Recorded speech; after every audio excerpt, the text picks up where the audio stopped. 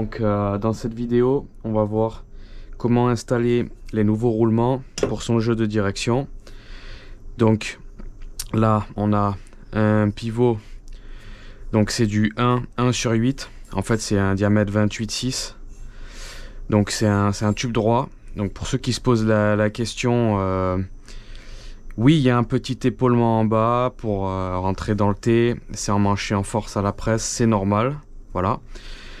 Donc pour ce type de pivot qui concerne pratiquement toutes les fourches, hein, la DNM, la KKE, la Fox 40, la Bomber 58, les fourches Dorado. Donc on a toujours un pivot 1/8. Certaines fourches c'est différent. La Suntour Rux, on a un cône là plus épais en bas, donc on prendra un roulement différent. Donc ce qu'on va faire, c'est qu'on va installer le roulement inférieur. Donc moi je conseille ce modèle là, le Black Bearing. C'est un ZS5530. Donc c'est ce qu'on va mettre ici là. On va mettre un peu de graisse quand même, hein. Donc soit on en a, soit on va la récupérer sur l'ancien roulement qu'on va démonter quand on va démonter la fourche. Donc on va mettre ce roulement, on va le glisser tout simplement sur le pivot. Donc ça c'est un pivot de Fox 40 qui a été coupé à 22 comme l'origine quoi, hein, histoire de me remettre la potence standard. Ce qui peut être intéressant, c'est de prévoir un jeu de cale comme ça, parce que si jamais on n'a pas coupé pile poil comme il faut et que le pivot il n'arrive pas à la hauteur voulue, c'est-à-dire un petit peu en dessous du haut de la potence, ben on pourra corriger avec les cales comme ça. Il faut prévoir une étoile qu'on va mettre dans le pivot si jamais on remplace la fourche et que c'est pas fourni. Alors ce qui est intéressant, c'est que le roulement supérieur qu'on va mettre ensuite, on va voir comment on fait. Chez Black Bearing, il est fourni avec une étoile. Donc ça peut être très intéressant. Donc c'est le modèle ZS44, toujours du 28,6. C'est 1/8 pivot, hein, c'est marqué comme ça. Donc celui-ci c'est un bon roulement. Sinon on peut aussi prendre le Can Creek en roulement supérieur qui est pas mal. Bah voilà, sinon sur le pivot inférieur vraiment faut rester sur ce modèle là qui est fiable. Apparemment le Can Creek c'est pas trop ça pour la Surrun. Voilà, donc on sait que voilà, on remplace sa fourche. On a prévu de remplacer son jeu de direction. On prévoit le roulement inférieur, le roulement supérieur, potentiellement une étoile et potentiellement un jeu de cale de direction. Donc, nous venons de démonter la fourche KKE, comme on a déjà vu dans une précédente vidéo. Et donc cette fois, on est super content, on va pas avoir à remonter ce roulement, qui c'est déconseillé d'ailleurs. Donc là, on a notre beau pivot tout neuf de Fox 40, qui a été coupé à 22. Et on va tout simplement enquiller dessus ce beau roulement là, Black Bearing. Donc c'est très facile, on va un peu graisser partout, en bas, sur le roulement, tout ça. Donc évidemment, personne n'a de graisse, j'imagine. Donc c'est là qu'intervient le gant, le fameux gant, que j'aurais dû mettre dès le début. Vous le connaissez celui-là. Et on peut récupérer, il y a de la graisse déjà sur le roulement d'origine là. On peut déjà récupérer cette graisse là et en mettre comme ça. Ça fait bien. Pareil sur le roulement. Donc la première pièce qu'on met sur le pivot, c'est celle-ci du roulement inférieur. C'est la seule qu'on va laisser pour l'instant. Donc elle a une forme un peu conique comme ça qui permettra de poser le roulement dessus. Donc c'est d'abord cette pièce là, hein, qui va venir.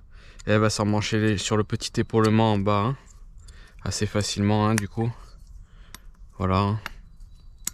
Puis il n'y a plus qu'à graisser le tout. Mettre le roulement en place.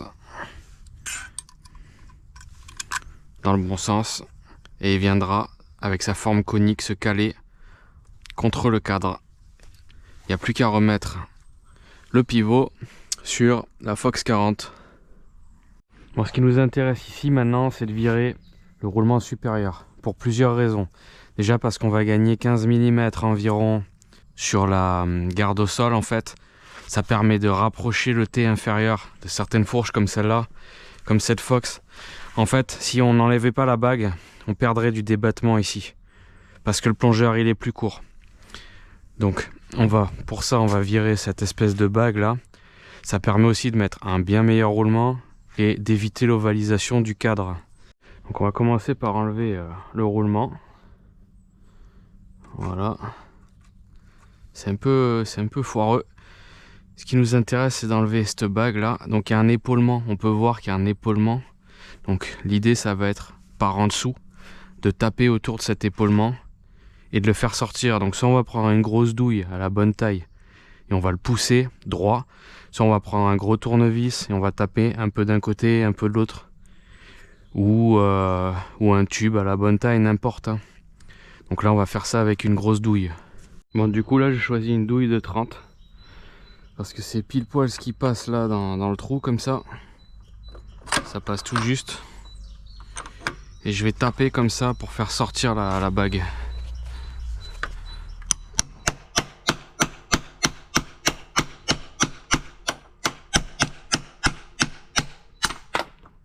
Hop. C'est venu vraiment facilement. C'est venu facilement, ça l'a pas abîmé. Donc c'est pas toujours comme ça que ça se passe. Mais la douille de 30, c'est vraiment la meilleure solution. Alors un truc important, là j'observe que ce cadre là, il est vraiment clean à l'intérieur. Mais très souvent, il y a une sale bavure sur le côté. Je conseille de la limer au Dremel, histoire d'emmancher le nouveau roulement proprement. Sachant qu'on l'emmanche légèrement en force, en tapant avec un bout de bois. Mais faut pas non plus que ce soit un truc de fou. Hein.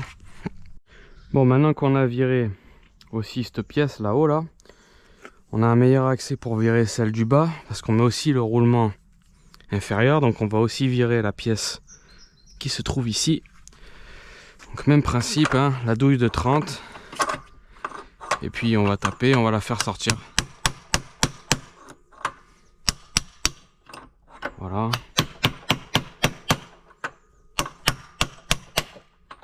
Un peu d'un côté, un peu de l'autre.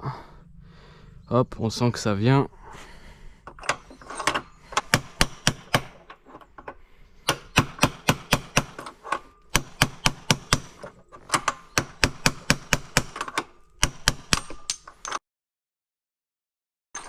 Et voilà.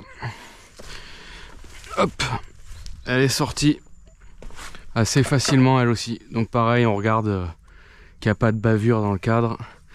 Et on graisse. Donc sur la fourche, on va laisser que le plat et le roulement. Et cette partie-là, on va l'emmancher dans le cadre avec un bout de bois graissé, comme pour le haut. Donc, on vient le mettre comme ça. Bout de bois,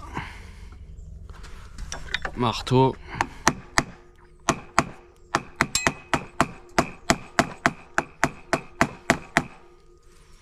Et c'est parti.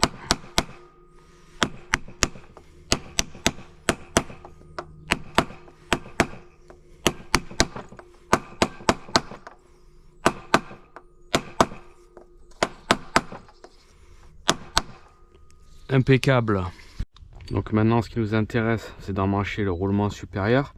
Donc on va pas emmancher tout le roulement d'un coup, hein. On va emmancher juste la partie qui va bien d'abord. Donc c'est du ZS44 semi-intégré.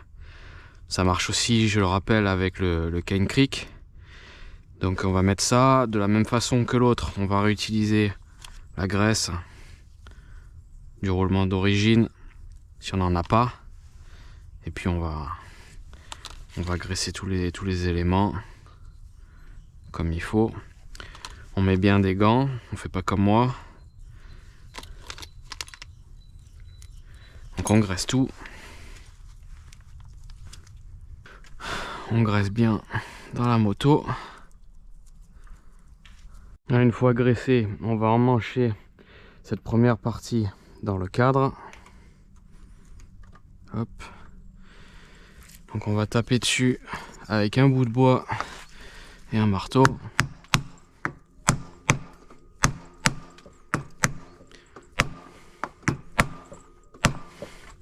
Voilà, donc ça rentre en force, mais pas trop. Franchement, j'ai pas bourriné le truc, quoi. C'était super propre. J'enlève un peu s'il y a des petits bouts de bois là. Là, c'est bien graissé. Donc le plus chiant, c'est là, évidemment. C'est de faire super gaffe au plongeur. D'avoir les fils au-dessus du thé, là. Le roulement en place. Et de passer là-haut, là. Ça, je peux vous dire que c'est un joyeux bordel. Et une fois que c'est passé, dans l'ordre, nous avons ceci, puis cette rondelle, puis le capuchon. Voilà. Ensuite, on peut enquiller le thé. Dans le bon sens, c'est mieux. Voilà, et je le réexplique encore une fois. Maintenant qu'on a la fourche qui est installée, tout ça, qu'on a à peu près tout mis en place, c'est très important que le tube de pivot, il arrive pas embuté en fait sur le capuchon. Il faut vraiment que le capuchon soit embuté, soit sur la rondelle avec le tube plus bas, soit que ce soit le tube qui soit un peu plus rentré dans la potence, de la même façon. Donc là, ici, on est bien si on met une cale comme ça, avec le bouchon. Donc on met le bouchon. Donc une fois que le bouchon est lié, la fourche, elle peut plus se barrer. Et c'est là qu'on va pouvoir venir serrer le jeu de direction, comme ça en pression, pour ensuite pouvoir serrer la potence et le thé. Voilà, donc là c'est bien installé, ça frotte pas avec le tout petit rognage. On a bien serré le jeu de direction avant de serrer les thés, la potence. Et on a le roulement semi-intégré supérieur, le roulement inférieur. Et là on remarque sur cette Fox l'écriture Kashima là qui arrive à ras le thé inférieur. Et si on avait laissé l'espèce de grosse cale là avec le roulement supérieur d'origine, on aurait eu ce thé plus bas là qui aurait mangé l'écriture. On aurait perdu en débattement et du coup on aurait une moto qui pique du nez aussi.